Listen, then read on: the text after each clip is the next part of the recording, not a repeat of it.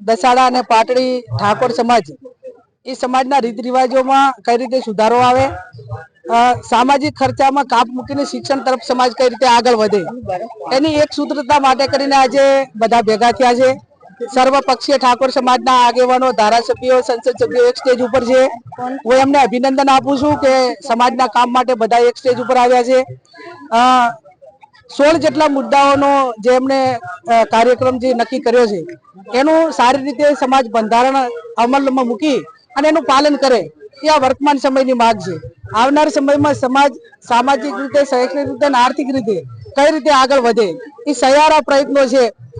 સરકારનું કામ કરે પણ વ્યક્તિગત રીતે પોતે કઈ રીતે પોતાનો પરિવારથી કરીને સમાજને ઉપયોગી થઈ શકે એ આવનાર સમયની અંદર અમારા બધાના પ્રયત્નો છે।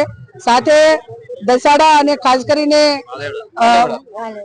વાલેવડા ગામના યુવાનોએ જે પોલીસને આવેદન પત્ર આપ્યું કે ભાઈ અમારા ગામની અંદર આ બુટલેગરો દારૂ વેચે છે, બેન દીકરીઓ વિધવાઓ થાય છે, યુવાન ધન બરબાદ થાય છે, નાની ઉંમરે યુવાનોના મૃત્યુ થાય છે અને આ દારૂ બંધ કરો। દારૂ બંધ કરવાના બદલે પોલીસ સામે જે તે પોલીસ સ્ટેશન એ યુવાનોને મારે અને એના ઉપલા અધિકારીઓ પોલીસ સામે કઈ કાર્યવાહી ના કરે।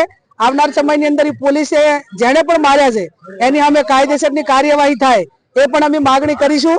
અને એવું ના સમજે કે તમારા હપ્તા રાજને કારણે આ સમાજના યુવાનોને બરબાદ કરવાના છે। સમાજ જાતે પોતાનું કામ કરવા જ્યારે હવે આગળ આવ્યો છે ત્યારે પોલીસનું કામ જેટલું કરવું હોય એટલું કરે, પણ સમાજ પણ પોતાની રીતે ધાર્મિક રીતે, ધર્મગુરુઓ હોય, સામાજિક રીતે હોય, આગેવાનો હોય, નાના નાના ગ્રુપો બનાવીને સ્વયં રીતે દારૂબંધી થાય, વ્યસન મુક્ત થાય, તમામ પ્રકારની બદીઓમાંથી સમાજ નીકળે એ આવનાર સમયમાં અમે સાથે મળીને ભૂતકાળમાં કામ કર્યું છે અને આવનાર સમયની અંદર કરશું। બહાર નીકળે, કુરિવાજોમાંથી બહાર નીકળ્યા માટે પાટડી દસાડા તાલુકાના ક્ષત્રિય ઠાકોર સમાજ દ્વારા એક બંધારણ સભાનું આયોજન કરવામાં આવ્યું। એમાં બંધારણ જે નક્કી કરવામાં આવ્યું છે એમાં કુરિવાજોમાંથી બહાર નીકળવું અને ખોટા દેખાડામાંથી બહાર નીકળવું એ પ્રકારનું બંધારણ, એની શુભકામના આપવા માટે આવ્યો હતો અને સાથે સમાજના દર્શન કરવા માટે આવ્યો હતો।